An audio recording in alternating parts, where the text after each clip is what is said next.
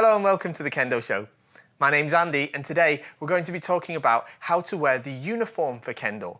That's the Kendogi, which we wear on the upper half of our body, and the Hakama, the special sort of pleated trousers that we wear for Kendo.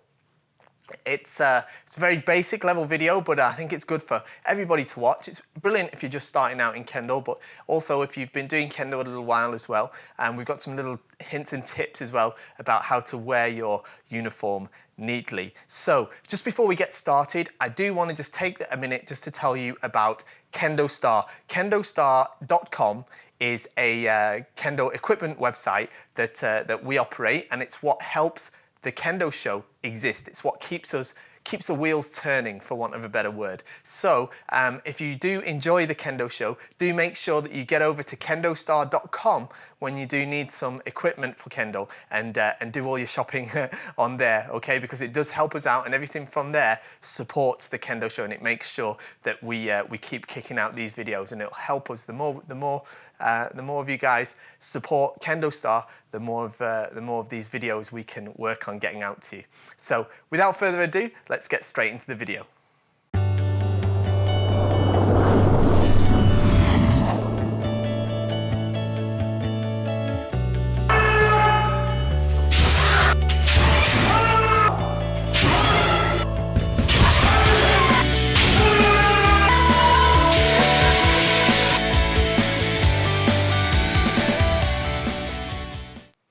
So here I am in the dojo now, and I've got my Hanabishi Kendogi. I absolutely love this very lightweight synthetic Kendogi. It's really easy to wear, very comfortable, very light. Like I said, it's quick to dry too.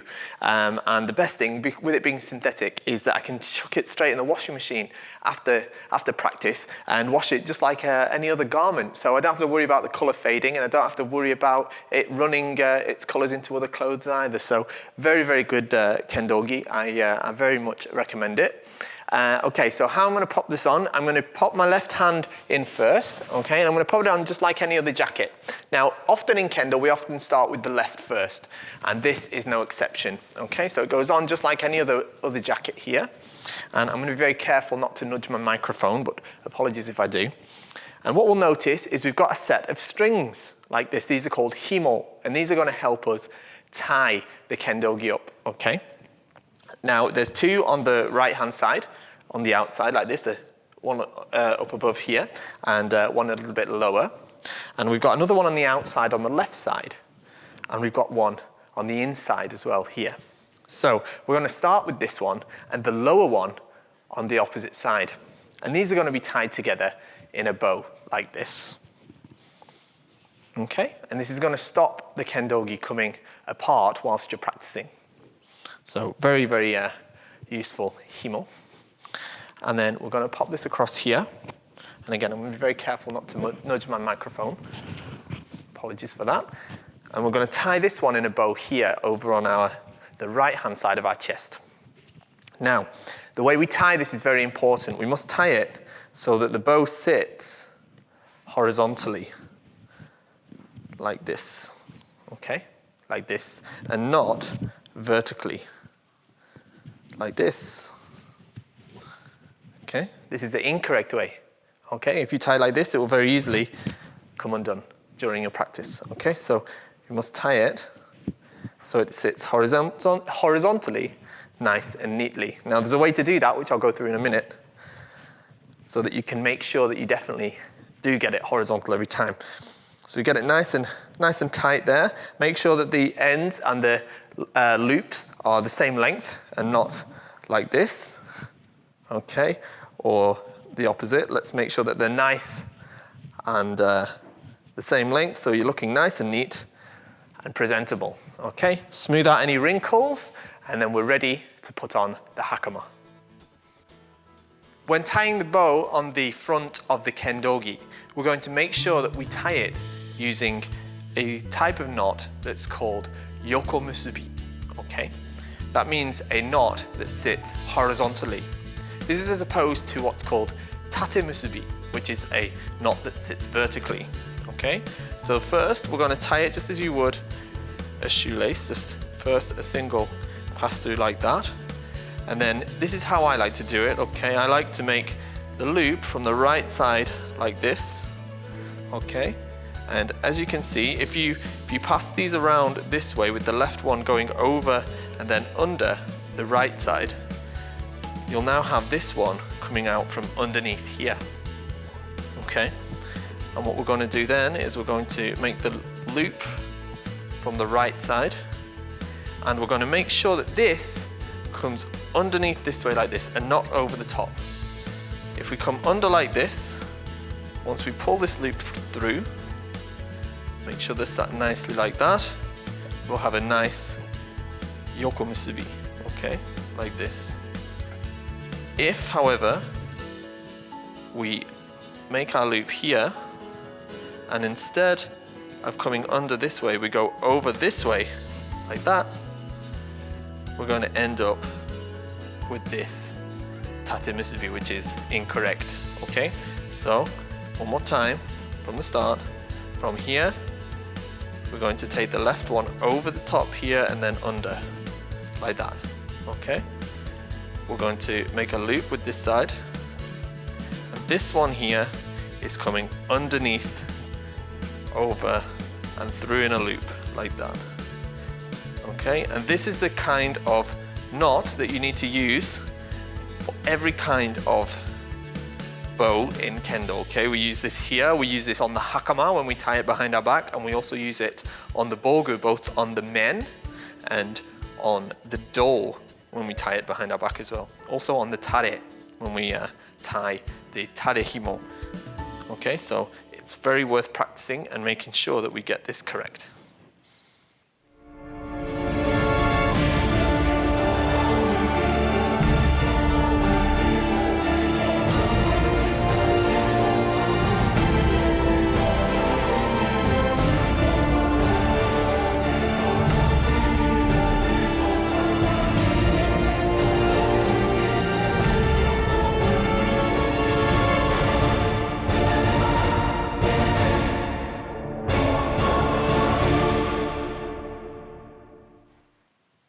Okay, so here I am with my synthetic hakama.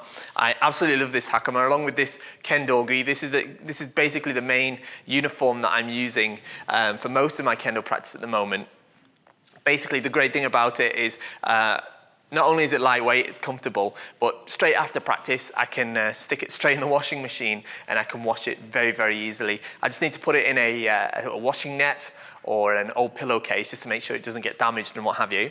But I can wash it very, very easily. I don't have to worry about the colours fading, and I don't have to worry about the dye running out into other clothes as well. So it's very, very good for that reason, and it means I can use it a lot and I can wash it very, very frequently. So yeah, great, very recommended for that reason. So how we're going to pop it on is we're going to take it from the front. Now the front is the side with the 5 pleats on it, okay? And we're going to hold it like this. And as I said before, lots of things in kendo start from the left. Okay, so we're going to start by stepping into the hakama with our left leg. Okay, like this. Okay, and then the same again from the right side. Okay, like this. And then we're going to make sure that we scoop the kendogi neatly into the hakama. Okay, because the hakama is going to go over the top of the kendogi. Okay. Then we're going to take the front here, and this is a little bit different for everybody, the height at which we fasten this, okay? But we want it to sit at a point where it's just about covering our ankles, okay? It's just going to be about just above the arc of our feet, okay? Just above the arch of your feet, just like that, okay? So it's about here for me. And then I'm going to take these 2 himo, again, these are called himo, and they're much longer on the front than they are at the back, because we want to take it around our back here, and we're going to cross them over. Okay, I've crossed them over at the back, and I'm going to pull them quite tight, but you don't want to pull them too tight, okay, because you'll give yourself a stomach ache, okay? So nice and taut, okay, so that the hakama aren't going to slip down whilst you're practicing kendo, okay, because that would be very embarrassing. And then we're going to bring them back to the front here, and keeping them flat the whole time. We're going to cross them over, but what we're going to do is we're going to actually bring them down very slightly to maybe 1 centimeter or 2 just below the actual belt of the hakama here, just exposing the top of a couple of the pleats. Okay, just like this. And then we're going to take them back around to the back, and we're going to tie them in a bow at the back here, much like we did for our kendogi here. Okay, we're going to tie them in a bow here. Okay, nice and tightly, so that it doesn't become untied and that the hakama stay up whilst you're practicing. Okay, now the next step is we're going to make sure that the kendogi is sat very neatly, okay? And we're going to make sure that there's no creases at the back here and that it isn't bellowing out, okay? So we're going to just adjust this. It's a little bit difficult for me because I've got a t-shirt on under this, which I wouldn't normally have, but we're going to just bring it round like this so it's sat nice and flat against our back here, okay? And that there's no unsightly creases, okay? And it looks nice and neat from the back, okay? And then we're going to take this, straighten it out there a little bit. We're going to take the back of the hakama here, and there's a plastic piece like this. I'm not sure we can see it here, called the hera, okay? And this is going to go into, we're going to tuck that into the point at which we crossed them over earlier at the very, very top, the very highest, okay? We're going to tuck it in there, okay? And then we're going to take the koshita, that's this hard board, and we're going to put that against the small of our back, like this, okay? Then we're going to take those shorter himo, like this, okay? These are now holding the koshita towards the small of our back, okay? And then we're going to bring them around the front, like this, making sure they're nice and flat. And at the point where we crossed over the longer himo at the front here, we're going to cross them over again. And now there's lots of different ways of doing this. This is the way I like to do it. And we're going to actually take one of these and we're going to go underneath where we crossed it over before as well. So we're taking all of those himo into this single thing here. Like that, okay? Like this, into a single knot. Okay, and then we're going to just tie it again over the top of that. Okay, like that, nice and neatly. Okay, and then we're going to make sure these are nice and flat, and we're just going to tuck these into the sides here so that they sit nice and neatly, okay? Like this. And we're going to just adjust everything, make sure everything is nice and neat. Sat how it should be. Like this. Make sure that it's higher at the back. Viewed from the side, it should be higher at the back than it is at the front. Okay? And then we're ready to practice kendo.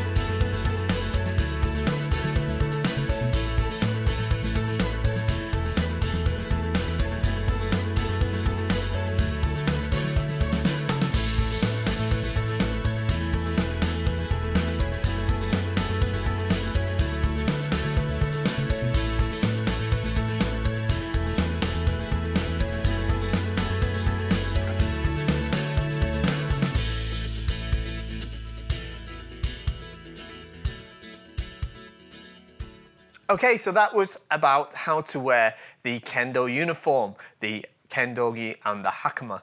I do hope you enjoyed it, and if you did, then please do leave us a like and a comment down there as well. I don't know if you know, but the way that that YouTube ranks its videos is it's based off interactions. So the more likes that we get, and especially the more comments, the higher it's going to get in the rankings, and the more people that perhaps have never even done Kendo have got a higher chance of seeing it, and maybe will decide to start Kendo. So you can help spread Kendo around the world with us by leaving us a comment, just letting us know what you think, or maybe what you'd like to see in the next video.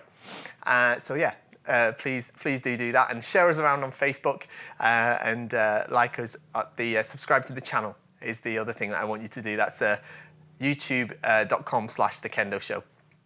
As I mentioned at the start of the video too, please do support us over at KendoStar.com. That's the Kendogi equipment website. The concept of it, of course, is that I'm running KendoStar as a way to produce Japanese-made quality, but specifically tailoring to the needs of Kendoka around the world. What you often get with Japanese Kendoga that's sold overseas is it's the very same stuff that's sold here in Japan, and it's not really tailored to the needs of people that start Kendo overseas, because we do indeed have very different needs. So do get over to KendoStar.com if you're doing Kendo abroad, and have a look at what we've got there, because everything that we sort of do over there goes towards supporting the Kendo Show and helps us bringing more episodes to you. You can also support us by Patreon as well. We've got a Patreon fund over at patreon.com/The Kendo Show, and that gets you early access to these videos too. These usually go up about a week before they go live on YouTube. So if you want to get early access, stuff like that, or if you just want to support us, which is very, very much appreciated, you can get over to patreon.com/The Kendo Show. Okay, so that's it for today's video. I do hope you enjoyed it, and join us for the next one.